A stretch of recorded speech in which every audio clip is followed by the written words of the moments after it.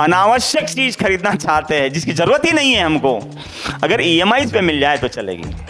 तो कहने का मतलब आप दौड़ते रहो, हमारे पास पैसा भेजते रहो और अपना जीवन निपटाते रहो। ईएमआई के लिए ही दौड़ रहे हैं और ये कब तक दौड़ोगे। उनका ये था कि वो हमसे ये जानना चाहते थे कि आप ऐसा क्या करते हैं कि आपका बच्चा रोज स्कूल में आ जाता है, या ईएमआई की तारीख आती है आप फिर टेंशन में आ जाते हैं।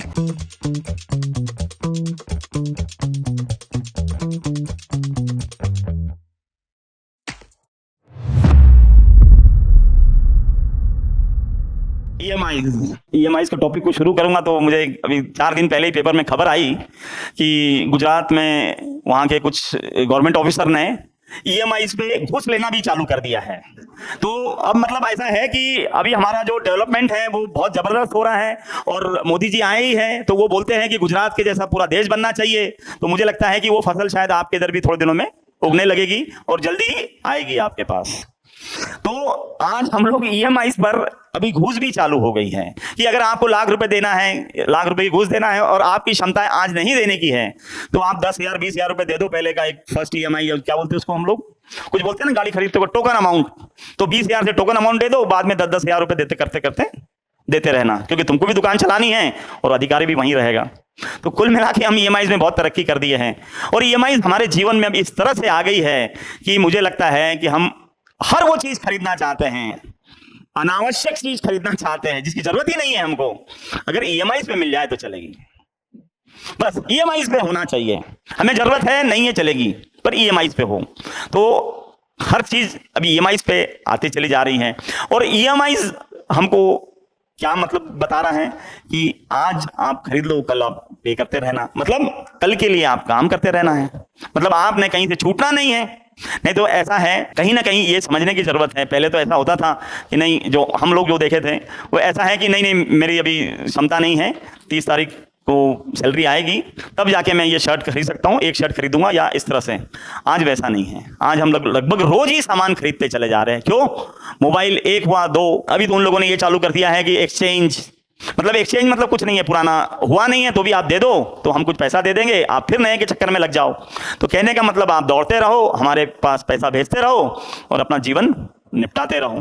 तो ईएमआई के अंदर जिस तरह से हमें फंसा दिया गया है, हर चीज की ईएमआई, घर की ईएमआई, कार की ईएमआई, अभी तो ये गुजरात वालों ने नया कुछ खेल चालू किया, अपने इधर भी आते ही रहेगा ये शायद। तो ऐसा सब जगह से हम अगर ईएमआई पे अगर हम आ गए हैं तो हम कर क्या रहे हैं?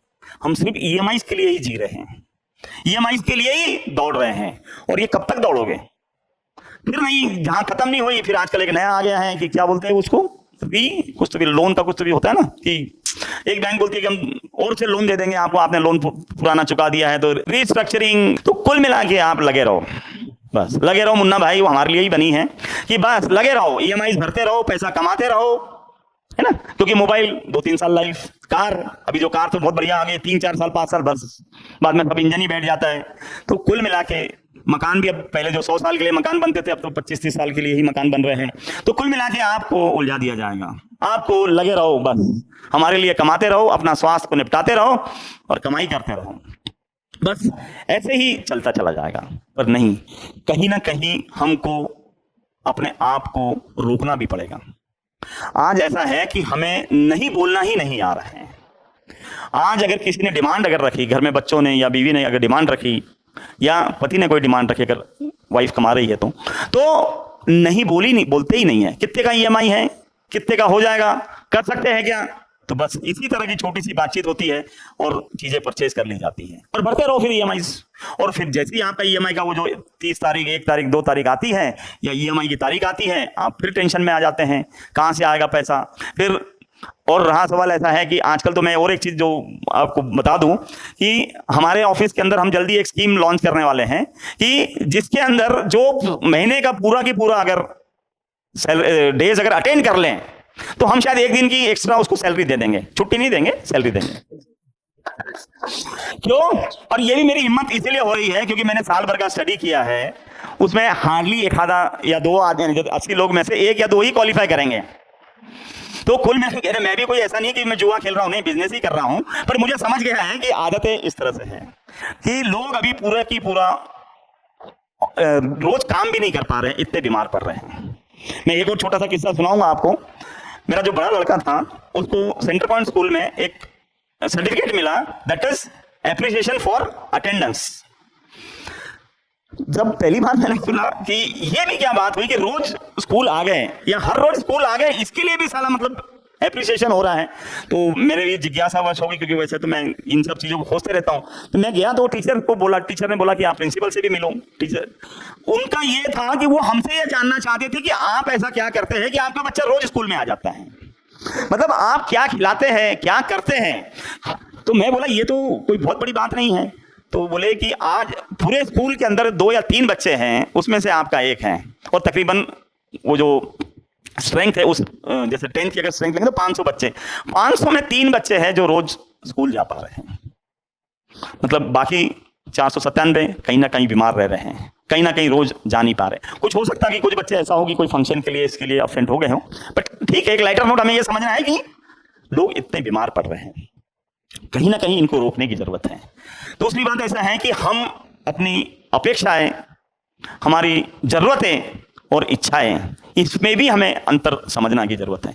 हम जो इंसान हैं वो हमारी जरूरतें पूरी कर सकते हैं, हम किसी की जरूरतें पूरी कर सकते हैं, बट इच्छाओं का तो संभव ही नहीं है। इच्छा हम कहां से हर एक की पूरी कर देंगे?